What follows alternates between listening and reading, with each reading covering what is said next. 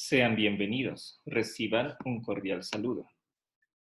En esta ocasión vamos a desarrollar el tema del factor artístico de la cultura. Bien, en anteriores videos vimos el concepto fundamental de cultura, una definición antropológica que vamos a desarrollar, que venimos desarrollando a lo largo de varios videos. La definimos como la forma social de adaptación al entorno, es decir, algo compartido por un grupo social, algo característico que permite diferenciarla de otros grupos sociales y que responde a un intento de adaptarse adecuadamente al entorno que le toca desarrollar. A esta definición básica de cultura añadimos lo que tiene 6 factores, 3 tangibles y 3 intangibles, que complementan el ámbito de la cultura. ¿Cuáles son estos? El factor geográfico, el biológico y el económico, dentro de los factores tangibles. Y por otra parte, en los intangibles tenemos al arte, al idioma y a la religión. Y en esta ocasión nos ocuparemos del primero de los factores intangibles, el arte. Bien, ¿qué es el arte? El arte es la actividad humana que busca la belleza. La esencia del arte es la búsqueda de la belleza. Esa ha sido la definición vigente por milenios. Bien, y ese es el tipo de definición que vamos a utilizar para entender qué es el arte. Bien, puede utilizar distintos recursos, puede plasmar una visión, puede ser algo real, puede ser algo imaginario, o sea, utiliza distintos canales, pero en última instancia busca la belleza. Y tenemos que decir que nosotros estamos programados genéticamente para buscar la belleza, ¿no? ¿Cómo se demostró esto? Se hizo un estudio en Inglaterra hace algunos años, donde a un grupo de recién nacidos se los puso al cuidado de enfermeras muy capaces, muy inteligentes, profesionales, pero no muy bonitas. Bien. A otro grupo de bebés se lo puso al cargo igual de enfermeras profesionales, capaces, competentes y hermosas. Y después se intercambiaron los grupos. Y se vio que los bebitos preferían a las bonitas, ¿no? Ahora, si se hubiera hecho este estudio con gente, digamos, un poco mayor, digamos, niños de 5 años o adolescentes, etcétera, uno podría decir, es que se les ha enseñado que es el modelo bonito y que es el modelo feito, entonces ellos están respondiendo a un proceso de aprendizaje. Pero tratándose de niños muy pequeños, entonces el factor aprendizaje quedó descartado. Es decir, nosotros estamos programados desde nuestra concepción para buscar la belleza. ¿Bien? Es algo inherente a la naturaleza humana. Bueno, pasemos ahora a ver que el arte es un aspecto fundamental en cualquier cultura, ¿no? Desde las culturas más antiguas hasta el presente, se ha dedicado mucho tiempo y muchos recursos a la creación artística, siendo que el arte no tiene una utilidad, no es algo que produzca una ganancia económica, es decir, una mejora, sino más bien que se utiliza mucho tiempo y muchos recursos que se podrían utilizar en algo técnico que cree un beneficio en el arte. Es decir, ¿por qué gastaríamos tanto tiempo y recursos en algo que directamente no nos produce una ganancia, un beneficio? La explicación es porque es una necesidad humana y tenemos que desarrollar arte porque lo necesitamos. Bien, y por eso es un rasgo cultural fundamental, que además produce un alto grado de identificación.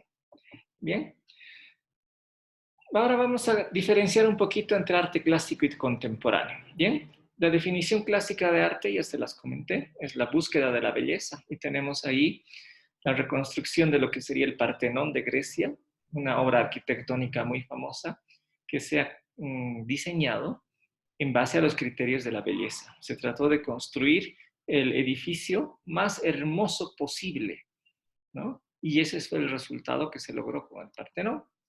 Y tenemos ahora un ejemplo más bien del arte contemporáneo. Desde hace unos 150 años atrás, se trató de que el arte, crear una nueva forma de arte, ¿no? En el cual ya no se buscara la belleza, sino se buscara la originalidad y la expresividad como elementos fundamentales. Y a este nuevo tipo de arte se le ha llamado arte contemporáneo. Podríamos sintetizar que lo esencial es la expresividad del alma antes que la búsqueda de la belleza. Y tenemos ahí la imagen de un famoso cuadro de Vincent van Gogh, La noche estrellada. Este artista sufría de esquizofrenia, una enfermedad psicológica. Y justamente, una enfermedad mental, mejor dicho, mil disculpas. Y justamente en sus pinturas se aprecia el grado de sufrimiento que tenía a partir de la esquizofrenia. Era sumamente expresivo en cuanto a su patología. Y eso lo hace un artista único. Nadie antes que él había expresado su tormento interior de la forma en la que Van Gogh lo hace, ¿no? Se puede observar, por ejemplo, en el cielo mismo, ¿no? En el cielo, en esas formas pastosas, espesas, ¿no? Del aire, de la luz que parece que estuviera formando remolinos, torbellinos, y el aire en realidad fuera denso, muy denso, ¿no? Como si fuera una masa, ¿no? Que es parte de su delirio esquizofrénico. Bien, bueno, entonces es una obra altamente expresiva, pero difícilmente podríamos calificarla como una obra hermosa. Bien, bueno, pasemos ahora a ver otros aspectos. Bien, hay 6 artes clásicas, que son la arquitectura, la escultura, la pintura, la música y el teatro, que formaban una sola, la danza, y la poesía y literatura, que también formaban otra. Si sumamos todas, son 6 artes clásicas, son 6 bellas artes que buscan la belleza, ¿no? Y en el mundo más reciente se han incorporado otras que en ocasiones buscan la belleza y en otras la expresividad. Bien, ¿cuáles serían estas? El famoso séptimo arte, el cine, la fotografía, la historieta, entre otras, ¿no? Hay varias más, pero vamos a rescatar solamente estas 3 como más representativas a nivel mundial. Bien, bueno, vamos a empezar a analizarlas. Bien, ¿qué es la escultura? La escultura es el arte de dar forma, ¿no? Puede ser en distintas cosas, en barro, en madera, en piedra, ¿no? Es tratar de generar un volumen que tenga belleza. Y les muestro ahí la probablemente más famosa escultura de la antigüedad, la Caonte y sus hijos. Imagino que ustedes deben recordar la famosa guerra de Troya, ¿no? Ustedes recordarán que los griegos no podían vencer a los troyanos y dejaron un gran caballo de madera abandonado a las puertas de la ciudad. Bien, Lacaonte era un sumo sacerdote en Troya, y cuando los troyanos quisieron meter el caballo dentro de su ciudad, él dijo, no, no, hermanos, este caballo debe tener alguna maldición, no lo metamos a la ciudad. Y en ese momento salieron del mar unas serpientes que lo atacaron a él y a sus hijos. Y nosotros podemos ver en esta magnífica escultura la tensión, el movimiento, el miedo. Fíjense, para empezar, la excelente representación de la anatomía humana. Realmente parecen músculos de verdad que están en tensión. La expresividad del rostro realmente demuestran pánico, demuestran miedo, ¿no? Fíjense nuevamente la excelente representación anatómica. Y por otra parte, también fíjense cómo esas serpientes realmente parecen de verdad, ¿no? Fíjense cómo está a punto de morderle al hombre, ¿no? Fíjense cómo esa contorsión de la forma de la serpiente, incluso los pliegues de los vestidos, todo reviste un realismo y un dramatismo impresionantes. Por eso, además, nosotros consideremos que todo está perfectamente bien calculado, está en su proporción, en su lugar. Nada sobra ni nada falta. Entonces, realmente se ha logrado una enorme armonía con este tipo de representación. Bien, por eso ha sido considerada la más importante de la antigüedad, ¿no? Con justa razón. Bueno, entonces, ¿qué es lo que estamos mostrando aquí? Una obra maestra de escultura de la antigüedad. Bien, Ahora vamos a pasar a explicar otra escultura, una escultura local. Probablemente ustedes no han reconocido a la famosa Virgen de Copacabana. Esa es la talla original, que se la viste, ¿no? Se le pone ropa encima. Generalmente solo quedan la cabeza de la Virgen, del Niño Jesús y sus manos, y el resto está cubierto. Pero esa es la verdadera original escultura. Bien. Y tenemos otra famosa escultura boliviana, el Señor de los Patos. Igualmente en estos ejemplos de escultura local, nosotros podemos encontrar una representación que busca la belleza y consigue plasmar de una forma magistral la belleza, ¿no? En diferentes contextos, en diferentes épocas, en diferentes culturas, pero la belleza está ahí. Bien, pasaremos a la pintura.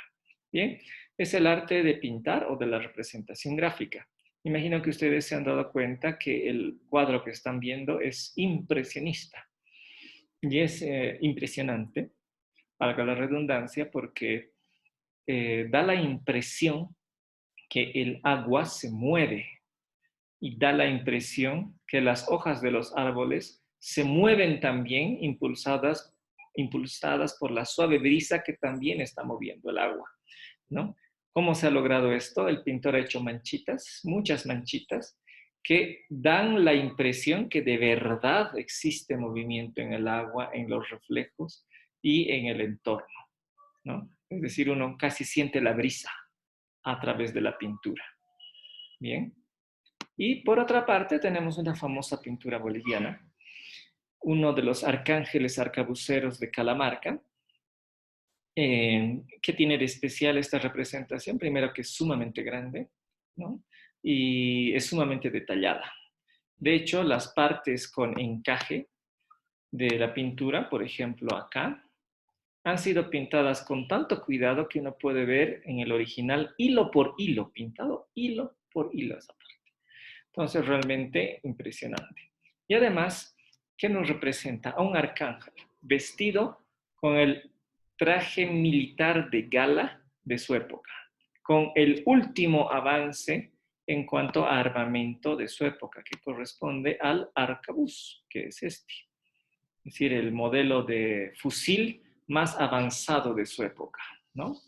Bien, entonces es como si en nuestra época nosotros pintáramos un arcángel vestido de Rambo, digamos, ¿no? Con granadas, bazucas, etcétera, ¿no? Ametralladoras. Entonces, realmente, nunca antes se había pintado un ángel de esa manera. O sea, obviamente se los pintaba a veces con espadas, con escudos, armamento de la época de los antiguos romanos, pero con lo último de tecnología de la época, no.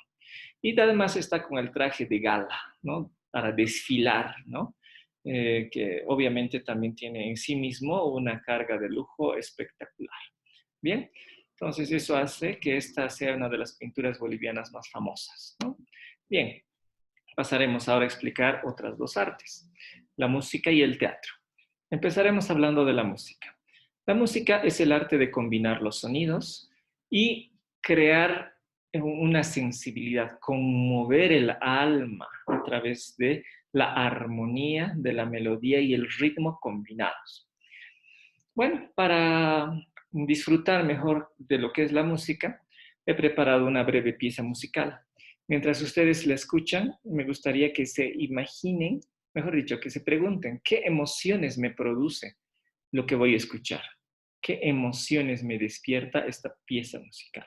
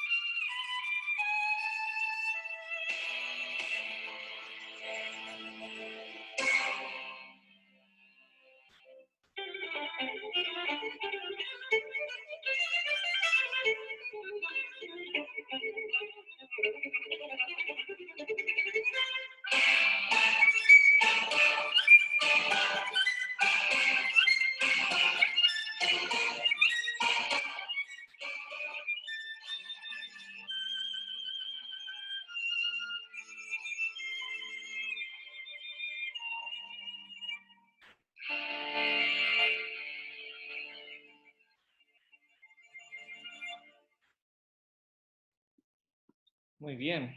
Me imagino que han sentido muchas emociones. Bien, pasaremos ahora al teatro. El arte de componer obras dramáticas o de representarlas. Es decir, no solamente es actuar, sino escribir para que alguien más actúe. Bien, lo importante en el teatro es que el actor haga que el público sienta lo que el personaje siente, ¿no? Ese es un trabajo difícil. Es decir, si es una obra cómica, hacer que el público se mate de risa. Y si es una obra dramática, que el público llore con la historia del personaje que representa. Bien, pasaremos ahora a la danza. La danza es un conjunto de movimientos corporales rítmicos que comunican y expresan. Y como se ve en la fotografía que se aprecia al lado, tendría que inclusive bailarse con la mirada y con la sonrisa, y no solamente con el cuerpo, ¿no? Y nosotros vemos que es una imagen que es estática, es una foto, pero se ve el movimiento y el, digámoslo así, el espíritu de los bailarines que realmente están disfrutando ese momento, ¿no? Una danza tendría que ser así, vivida con todo el cuerpo y con toda la emoción. Pasemos ahora a la poesía y a la literatura, que eran una sola arte. Es el arte que emplea como medio de expresión la lengua, la expresión verbal. Y cuando nosotros desarrollemos el aspecto del idioma, otro de los 6 componentes esenciales de la cultura, nosotros entraremos un poco más en este ámbito que por el momento lo vamos a dejar solamente enunciado. Bien, solamente decirles que antiguamente, en la época de los griegos, en la época clásica, la poesía era considerada el arte de la expresión verbal, ¿no? Y que el resto de expresiones no eran propiamente artísticas, pero en nuestra época es la literatura, el crear novelas, por ejemplo, el arte máximo, y la poesía es solamente una forma menor. Bien, pasemos a la arquitectura, que es el arte de proyectar y construir edificios. Me imagino que ustedes han reconocido el ingreso a un templo egipcio, un antiguo templo egipcio. Y tenemos por otra parte una capilla, la capilla de la Virgen del Carmen en la ciudad de Sucre, más conocida como Rotonda, porque es redonda, está inspirada en un antiguo modelo de templo romano en forma redonda. Bien, y esa forma redonda era para las era, perdón, atendido por las vírgenes vestales de la diosa Vesta, y por ser atendido por vírgenes, es ahora dedicada a esta forma redonda a una virgen, la Virgen María. Bien, vamos a entrar ahora a explicar los niveles del arte. El arte tiene 3 niveles para que nosotros vayamos estudiando, ¿no? ¿Cuáles son esos 3 niveles? El primero es el nivel estético, que implica valores universales. El segundo es un nivel cultural, que incluye valores sociales. Y el último es un nivel subjetivo, que se refiere a los valores propios de cada persona. Bien, vamos a ver estos 3 niveles. Vamos a empezar con el nivel estético. Bien, el nivel estético se basa en la estética. ¿Qué es eso? Es la ciencia que estudia la belleza y la teoría fundamental y filosófica del arte, es decir, estudia eso que nosotros buscamos desde que nosotros existimos, esa belleza, ¿no? ¿Qué es lo que nos gusta, ¿no? Bien, entonces ahora les hago una pregunta. Hemos dicho que el arte es la búsqueda de la belleza. Entonces, ¿qué es la belleza? ¿Cómo podríamos definir la belleza? Bien, obviamente no es algo sencillo. Así que vamos a utilizar 3 conceptos para definir la belleza. El primero de ellos es la perfección. ¿Qué es perfección? Se define como ausencia de defectos, pero nosotros no lo vamos a entender en el nivel absoluto de 100% perfecto, 0%, no. Nosotros vamos a verlo como un grado de perfección. Mientras menos defectos tenga, mayor grado de perfección, ¿no? Y mientras menos defectos tenga, perdón, mientras más defectos tenga, menor grado de perfección. A eso nos referimos, ¿no? Y sabemos que lo único absolutamente perfecto es Dios y que las otras cosas que existen en el universo, todo tiene siempre algún grado de defecto. Bien, Pasemos ahora a ver el segundo concepto, armonía. ¿Qué es armonía? Es la proporción adecuada entre partes. Bien, imaginen que tuviera una oreja mucho más grande que la otra. Si eso pasara, ¿qué perdería? Armonía. ¿Qué pasaría si tuviera manos 5 veces más grandes de lo que son? Con relación al resto del cuerpo, perdería armonía. Entonces, la armonía es la proporción adecuada que forma un conjunto que es percibido como bello. Bien, para ponerles un ejemplito de estas dos cosas combinadas, tendríamos que decir que en teoría el concurso de Miss Universo o Miss Bolivia o Miss Chuquisaca tendría que ganar la persona que tenga mayor grado de perfección y de armonía, ¿no? Pero nosotros sabemos que así como se le da el premio a la ganadora, también tendría que darse su Oscar, digamos, al mejor cirujano, ¿no? Tendría que ir ella con su cirujano a recibir el premio, ¿no? Eso es lo habitual en nuestra época. Bien, por otra parte, el tercer concepto que nos va a servir para identificar lo que es la belleza es el bien. ¿Bien? ¿Qué significa bien? Es aquello que beneficia. Aunque es una definición un poco redundante, de todas maneras los filósofos no han logrado encontrar una mejor definición de qué es el bien. Es aquello que beneficia. Y para entender esto vamos a poner un ejemplo, ¿ya? Este va a ser un ejemplo que va a sentirlo, digámoslo así, una muchacha, ¿ya? Digamos que esta muchacha ha ido a su primer día de clases en la universidad y le ha ido mal, ¿no? Ha dado un examen sorpresa y se aplazó. No ha hecho ningún amigo, ¿no? Nadie. De hecho, inclusive se da cuenta que ha perdido su celular y su billetera, no sabe dónde, probablemente en el taxi en el que llegó a última hora a la universidad, ¿no? Para colmo de males, tiene que volver a su casa, que es muy lejos, y cae una granizada torrencial. Así que cuando llega a su casa, además de empapada, está resfriada, ¿ya? Pero justo antes de empezar su trayecto de regreso, desde la universidad hasta su casa, en la puerta de ingreso a la universidad ve al chico de sus sueños. Y es una sorpresa para ella. Dice, no puede ser, existe de verdad, no puedo creerlo, ¿no? Y cuando ella lentamente se acerca hacia la salida, ¿no? Porque tiene que irse, ¿no? Este chico se le acerca y él se aproxima con una rosa y le dice, amiga, amiga, un momento, por favor. Se le acerca y le entrega la rosa. Y ella, sorprendida, obviamente le recibe, ¿no? Sin decir nada por la emoción, ¿no? Y le dice, mira, esta rosa es linda, pero no se compara con tu hermosura. Y el chico se va. Y ella se queda sorprendida con la rosa en la mano, que le demuestra que no ha sido algo de su imaginación, sino que le ha pasado de verdad, ¿no? Y cuando llega finalmente a su hogar, le preguntan qué le ha pasado, por qué no contestaba llamadas. Le preguntan, ¿cómo te ha ido en tu primer día? Y dice, mal. No, en serio, ¿cómo te ha ido? Me aplacé. ¿De verdad? Así. Y ¿cómo has hecho amigos nuevos? No. Pero ¿cómo te sientes? Bien, así, súper bien. ¿Por qué? Porque ha tenido una experiencia con ese chico de sus sueños que ha hecho que todas las otras cosas pasen a segundo plano. Se ha sentido bien. Y el arte, el buen arte, tiene que hacernos sentir bien. Es decir, yo veo un hermoso cuadro, me podría quedar horas viéndolo porque me hace sentir bien. Veo una obra maestra de escultura, me quedaría horas porque me hace sentir bien. Escucho una canción que me gusta y me quedaría escuchándola una y otra vez porque me hace sentir bien. Entonces, ¿qué es la belleza? La suma de esas tres cosas.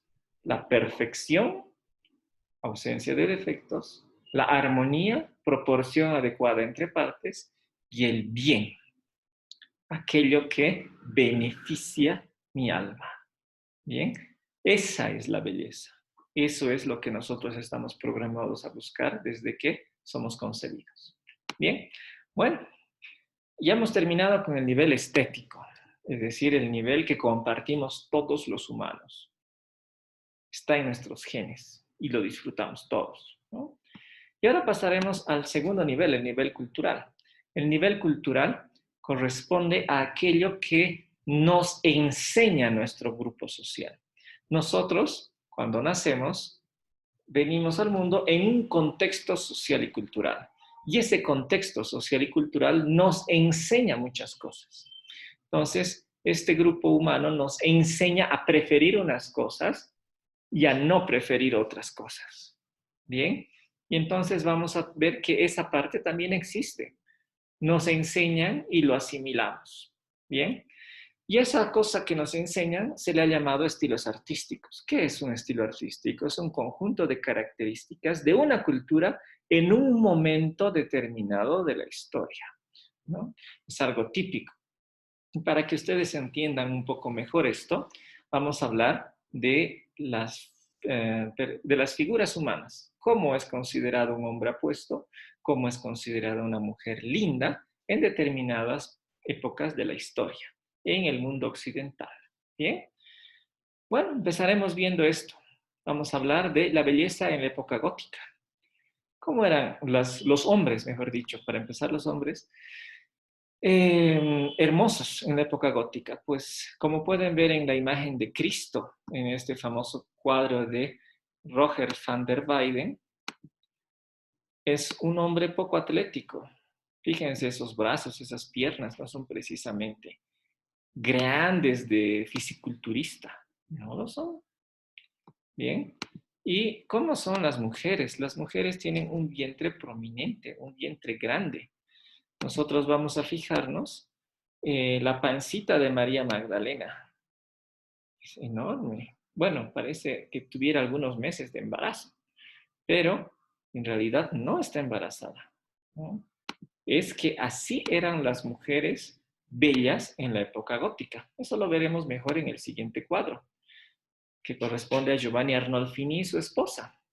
Bien, ustedes ya habrán notado que Giovanna, se llamaba Giovanna, casualmente, parece que está embarazada, pero les cuento que no lo está.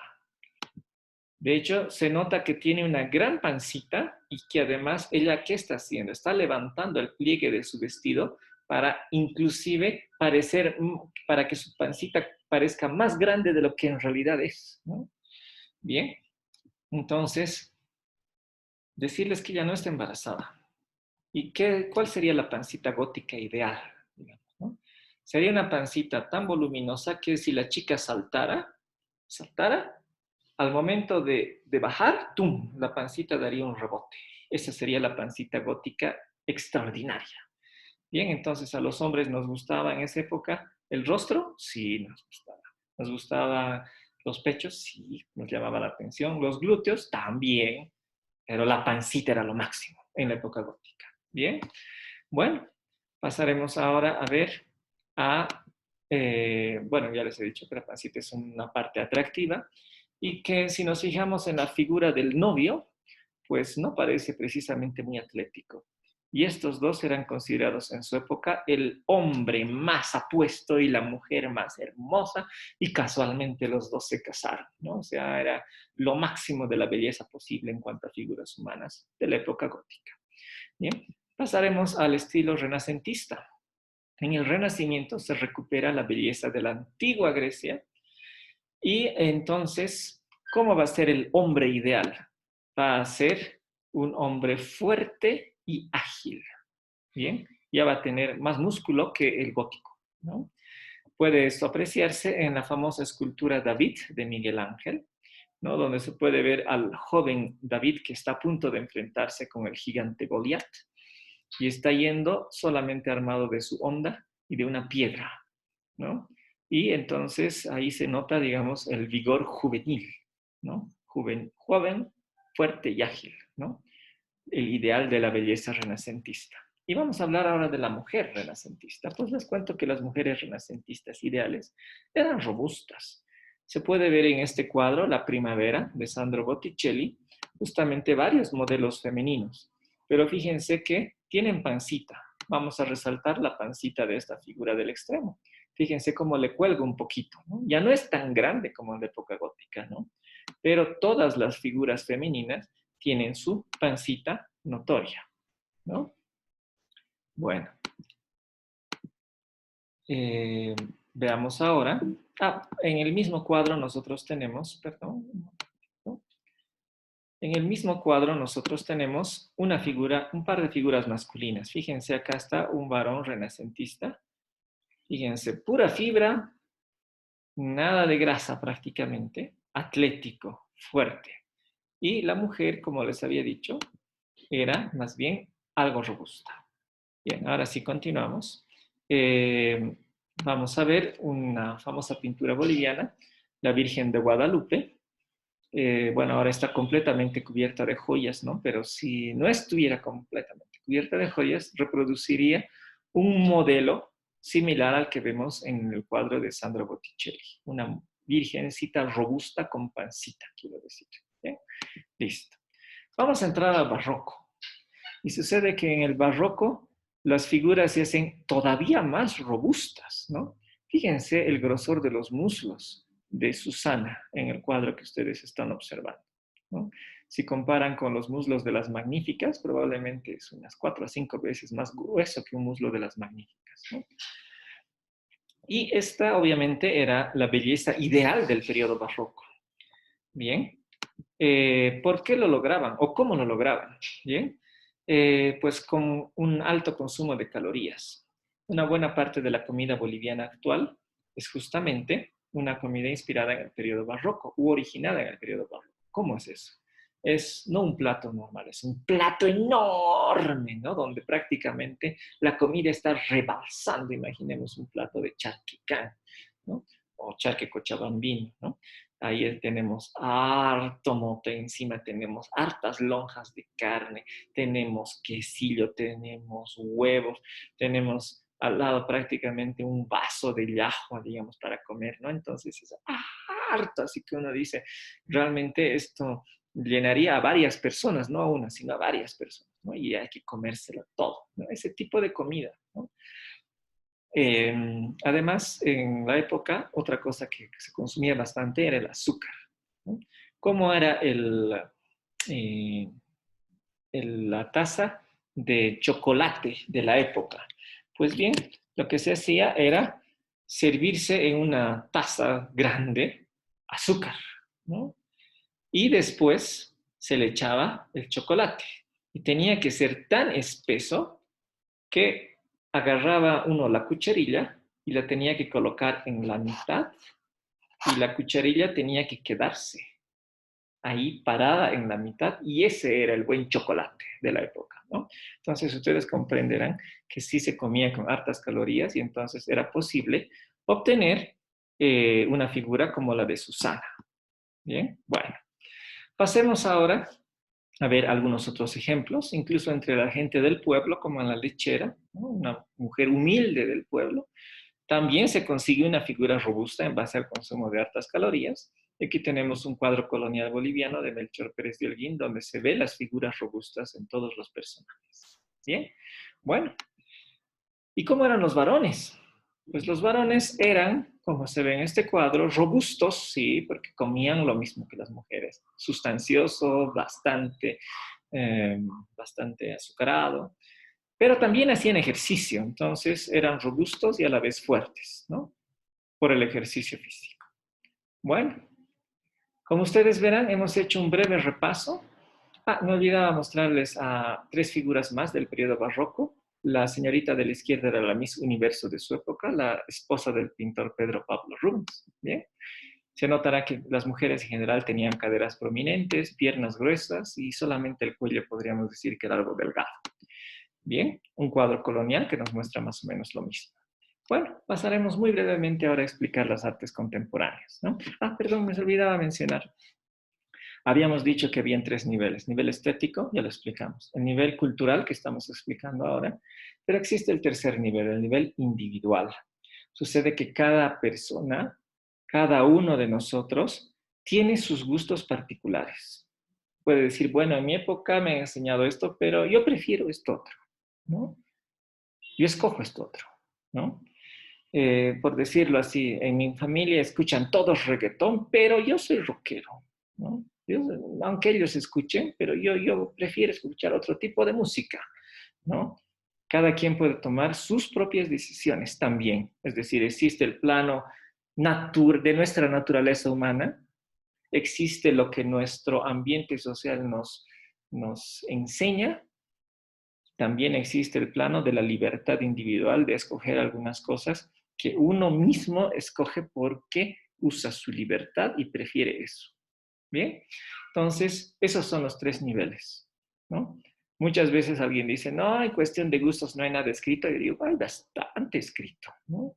Tal vez en el nivel individual sí ahí puedes escoger lo que tú quieras, pero los otros dos niveles existen y nos influyen a todos. ¿Bien? Ahora sí, vamos a dar un muy breve repaso a las artes contemporáneas. ¿Bien? Vamos a decir que la fotografía es un arte muy importante en la actualidad. Les muestro fotografías sumamente expresivas que son de las ganadoras de concursos mundiales de fotografía. La primera de ellas, esta, corresponde bueno, ha habido un bombardeo con misiles de los israelitas a una casa en Palestina donde estaban escondidos terroristas. Obviamente mataron a los terroristas, pero también otras personas murieron, ¿no? Y esos dos niños que están siendo llevados a enterrar por un conjunto de varones, todos llorando, desesperados, tristes, ¿no? Nos muestra la crudeza de la guerra, ¿no? Cómo esa guerra realmente toca a todos, ¿no? Y tenemos ahora una foto, mejor dicho, de la ganadora en la categoría de deportes, ¿no? Categoría deportiva, donde se ve una carrera de búfalos en Asia y se nota el esfuerzo de los animales y del auriga, que están realmente poniendo todo su empeño para correr lo más rápido que se puede y se nota la velocidad y el esfuerzo y la tensión. ¿Bien? Tenemos finalmente una fotito artística de la Catedral de Sucre, tomada de noche, donde se nota las luces de los autos que han dejado una impronta interesante. Bien, bueno, el cine es otra de las artes contemporáneas. Imagino que ustedes han reconocido ya varias películas. Mi socio, de la época de sus padres. Me imagino que ustedes cuando eran niños vieron Quién mató a la llamita blanca y probablemente no han reconocido la última foto que corresponde a la primera película boliviana que se ha logrado recuperar, que se llama Guara Guara, y la que está ahí es la famosa escultora Marina Núñez del Prado, que tuvo el protagónico, y es la principal escultora de la historia de Bolivia. Bien, bueno. La historieta también es una arte que está creciendo mucho y en Bolivia hay buena calidad. Hay que decir, por ejemplo, que Cuentos de Cuculi se ha ganado premios internacionales, ¿no? Y también hay no tan buena como la Super Cholita, ¿no? Pero en general la historieta tiene buena calidad en Bolivia. ¿Bien? Y por último vamos a dar un muy breve repaso al arte contemporáneo internacional. ¿Ya? Vean esas pinturas que ustedes aprecian en la primera fotografía. Parece que tienen tres dimensiones, pero no tienen tres dimensiones. Da la impresión que salen de la pared, que tienen hasta sombra, pero no tienen. Son completamente planas. ¿Bien? Pero vamos a entrar a ver un poco mejor el arte contemporáneo a partir del arte conceptual. ¿Bien? Esa es una famosa obra que se llama Una y tres sillas, de Joseph Kosuth. ¿Qué nos muestra? Nos muestra a una silla de verdad. Ahí está. Nos muestra a la foto de la misma silla. Ahí la tienen. Y nos muestra el concepto de silla escrito ahí al lado.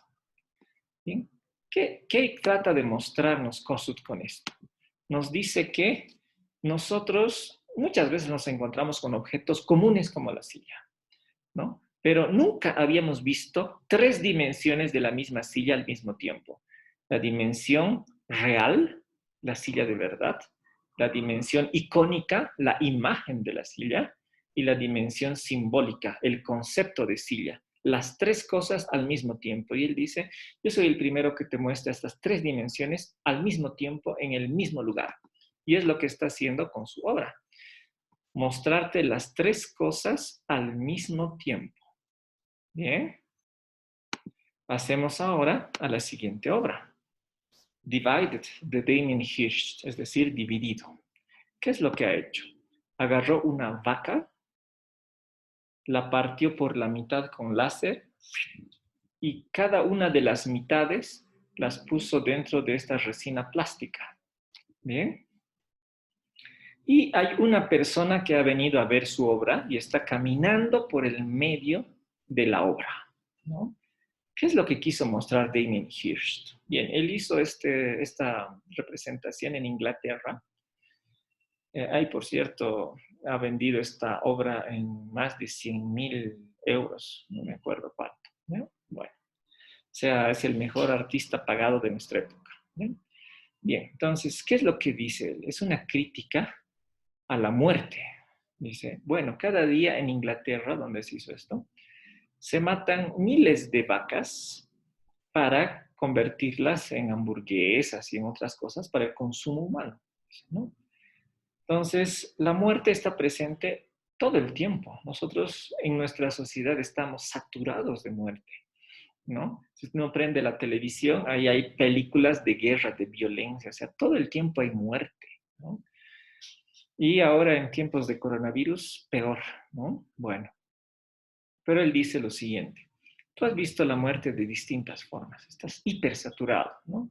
Una muestra de la saturación de la muerte, las películas de zombies, The Walking Dead, por ejemplo, ¿no? Entonces, muerte en todo, hasta los muertos reviven para haciendo películas, ¿no? Digamos así. Todo es muerte, ¿bien? Pero Damien Hirst dice, tú nunca has visto la muerte vista desde adentro, desde el ángulo interior, ¿no? Tú has visto siempre la muerte de afuera, pero ¿y qué tal si entras dentro de la muerte? Y por eso ha creado esta obra, para que la persona penetre dentro de la muerte y vea lo que hay dentro de la muerte. Cómo es esa vaca por dentro, esa vaca que cada día se come un poquito en la hamburguesa, digamos, ¿no? Bien, entonces es mostrar un ángulo de la muerte nunca antes visto, y entonces es un cuadro altamente expresivo. Bueno, en realidad es una obra de arte altamente expresiva, mil disculpas. Bien, finalmente tenemos a Spaghetti Bale de Pablo Reynoso, donde podemos ver que vio un banquito de parque y se imaginó esas cosas, esas maderitas, me parecen fideos, y lo transformó en eso, ¿no? Es como si estas maderitas del banquito se están transformando en fideos, ¿no? Y obviamente una de estas obras en un restaurante que se dedica a vender cosas de pasta sería excelente, ¿no? Bien, entonces se han dado cuenta, el arte contemporáneo no busca la belleza, pero busca la expresividad y la originalidad. Bien, les agradezco mucho por haber seguido este video. Les invito a visitar mi portal académico, cuya dirección web aparece ahí abajo, o pueden buscar en el buscador Google Mario Castro Torres, academia.edu. Les agradezco mucho por su atención.